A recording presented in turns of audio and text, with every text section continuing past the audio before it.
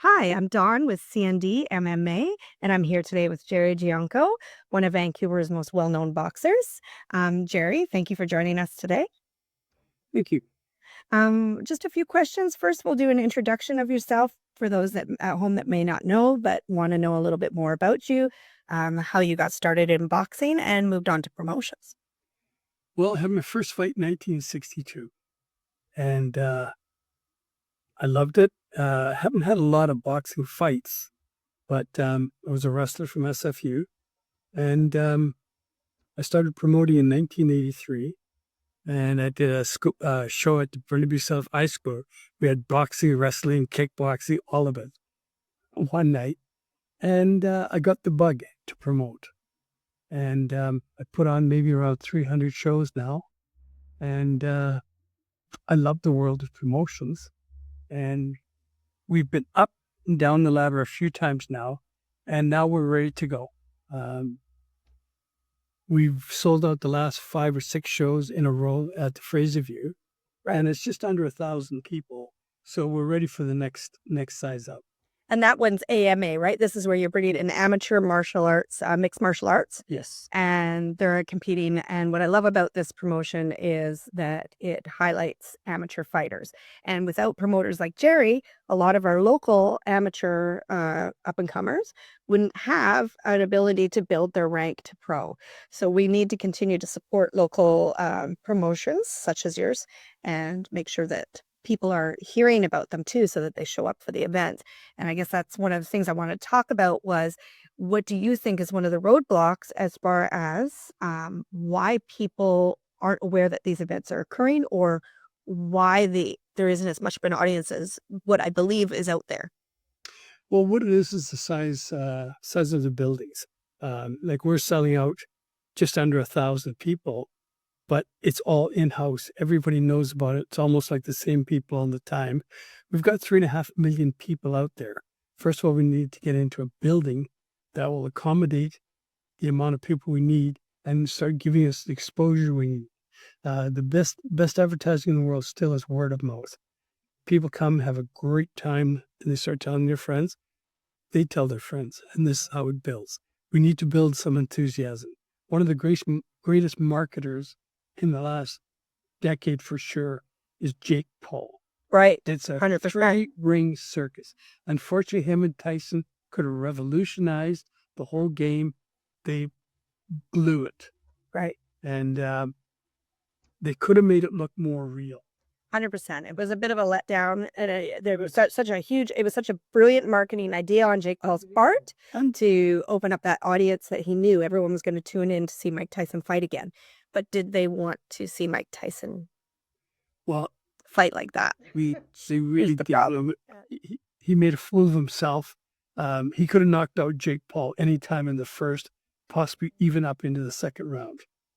And then he started to tire. And he carried Jake Paul for the first few rounds. And then Jake Paul carried him. By the 4th round, Jake Paul could have come in and knocked him out, just destroyed him. But they went 8 rounds, which was the last 3-4 rounds were just boring. You can see that they were barely even hitting each other. Right. I think they put a much better job of pretty well faking it. Right. Yeah. I mean, Tyson's a good enough pro that he could have made it look good. Right. And Jake Paul, like I say, by the 6th round, he had him. Tyson was just shot. Right. And, people say, 58 years old and all that stuff. No, he could have got himself in much better shape and made it look exciting. Chased him around and threw big, crazy punches at him. And they could have made it twice as exciting. And they didn't. I do think, though, as much as that fight hurt a lot of us, I think that it was beautiful, first of all, as far as marketing goes, to what he created was fantastic. What Jake Paul is creating is pretty fantastic. His putting these ladies at the forefront, Amanda Serrano and Katie Taylor, they've got a new fight coming up in July, and I don't have a doubt that they'll be able to sell that arena out, as well as get the views that they're looking for. So his promotion aspect, the most valuable promotions, is fantastic. And I think it's great too that he brought it to Toronto and brought some Canadian fighters onto that card and really highlighted and gave a chance for Canadian fighters to be a part of that card. So as far as promotions go and what he's doing, he's doing great, right? Unbelievable. Yeah. He's opened up the world to what he does. I mean, unfortunately, that was a real black eye to boxing and everything else, but, put it behind us. If he can do the right show with the right people and they knock it out of the park, I think they'll be fine. Right. And right now, even Golden Boy Promotions, there's nothing really happening right. You got a couple of heavyweights, Alexander Youssef, who's now a world champion, of course. And he was just here in Vancouver. You just met up with him while he was filming his movie.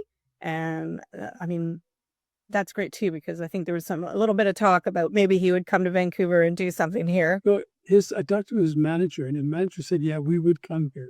I guess they just got to wait for the right opening. The right. And if it's promoted right, we would probably sell out BC Place. And you sold out the Coliseum at one point, did you not? Well, actually, I was supposed to fight Danny Bonaducci, 2007. That was the right promotion that would have sold the Pacific Coliseum out. I fought in 2004, and I drew about 5,000 people at the Coliseum. And that's one of the biggest crowds in the last 30 years in this city. Right.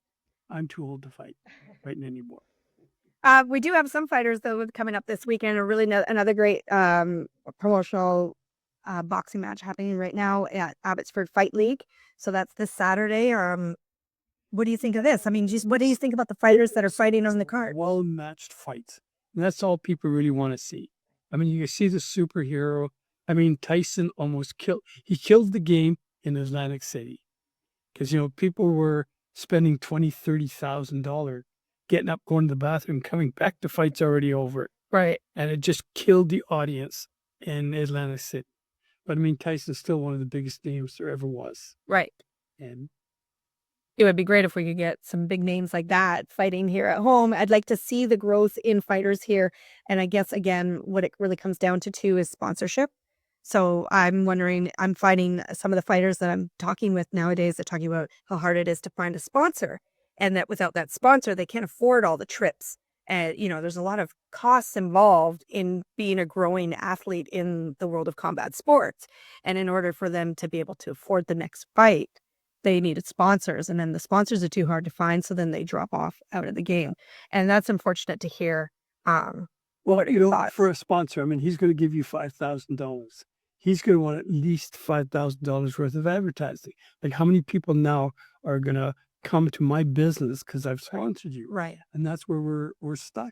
It's a vicious little circle of, the athletes themselves coming out of these, smaller gyms.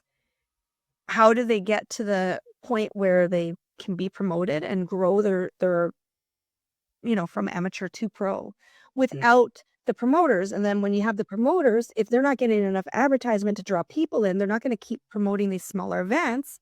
They need an audience. And then with the audience aspect of it, you have the media, the people like me or other social, journalists, people that are content creators, and they're trying hard to highlight these events but there's no real avenue to do that. And I think it's really important that we see more promotion and more coverage of these events, right? In the smaller scale, like the small scale, like Abbotsford Fight League this weekend. And then you've got Samurai in Montreal. And then you've got BFL coming up in July. And you've got Unified tomorrow night. And these are all Canadian promotions that are trying to highlight Canadian fighters. But what a vicious circle if you're not getting the media coverage to show it. Yeah, it's tough. I mean, there just isn't the media coverage. They covered the big three, and that's pretty well it. That's it. And there's not enough sports writers anymore. Like Don Taylor told me, he said, listen, you have to bring us a story. If you can get us a story, we'll, build some enthusiasm out. Right. And that's hard. I mean, especially if a journalist is only being paid once in a blue moon for that story, why would they continue? So it's really important. It's I'd really love to see, and I think we're getting there, but, you know, the days of the 80s, when you were fighting, the hype and the excitement and the audience that would show up for those events, it just doesn't seem to be the same nowadays, although we are growing. And I'll use BFL as an example of that. They were holding their fights at casinos with next to no coverage, and now UFC has picked them up and showing their fights on UFC Fight Pass. And that's a huge step in the advancement of local athletes and local promotions. I'm hoping that with your Apex Wrestling, we see the same thing happen, that, you know, bigger audience, a bigger venue, and a bigger media presence, maybe, to highlight those for those upcoming athletes that you're trying to highlight as well. And then also with your AMA. So if you could just tell us before we go really quickly about your next 2 events in the world of promotions, then. Well, we have wrestling on July 4th at the Hastings racetrack, and there should be 7,000 people. It's outdoor, so it's all free. And October 24th, we have an AMA at the Fraserview Hall, and we do very, very well there. We put on events. We don't just put on fights. Yeah. We've got dinner table. It's the old Vegas style of entertainment where you get to wine and dine while you watch the people spray blood on you from a couple feet away. There's nothing better. It's a great party atmosphere. Yeah. Um, And a really good turnout for your events, actually. I actually love the last 5 or 6 events. Yeah, and that's wonderful. And if we could just grow that venue and grow that audience, it's just going to get better. Starting next year to go into the PME. Yeah, I think that would be fantastic. It's been such a pleasure talking with you tonight, Gerry. Thanks for taking the time out to talk to us and my audience. And just to make sure that people are aware that you are holding these events and you're supporting local athletes and the local fight scene. And I'm all for it. Great. Thank you very much. Take care.